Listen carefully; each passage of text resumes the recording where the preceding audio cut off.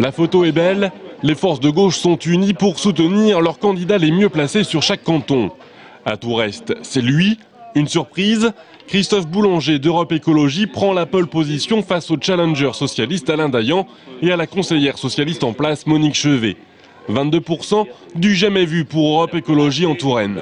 Échéance après échéance, on constate qu'effectivement l'Europe Écologie devient l'allié privilégié et indispensable pour que la gauche puisse travailler dans les exécutifs à quelque niveau que ce soit maintenant.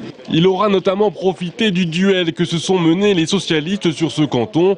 Celui-ci a d'ailleurs coûté sa place de conseillère générale à Monique Chevet. Vice-présidente du Conseil général, celle-ci comptait parmi les soutiens à l'actuelle présidente, Claude Roiron.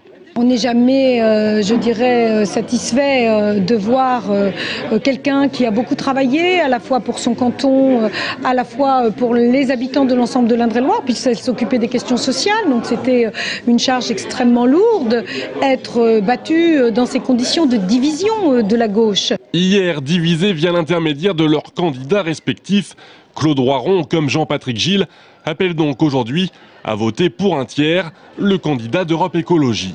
À titre personnel, c'est plutôt un déchirement, parce que tout le monde sait Alain Daillan est un ami. Je me suis engagé fortement dans sa campagne et j'essaie de le dissuader d'être tenté de maintenir sa candidature.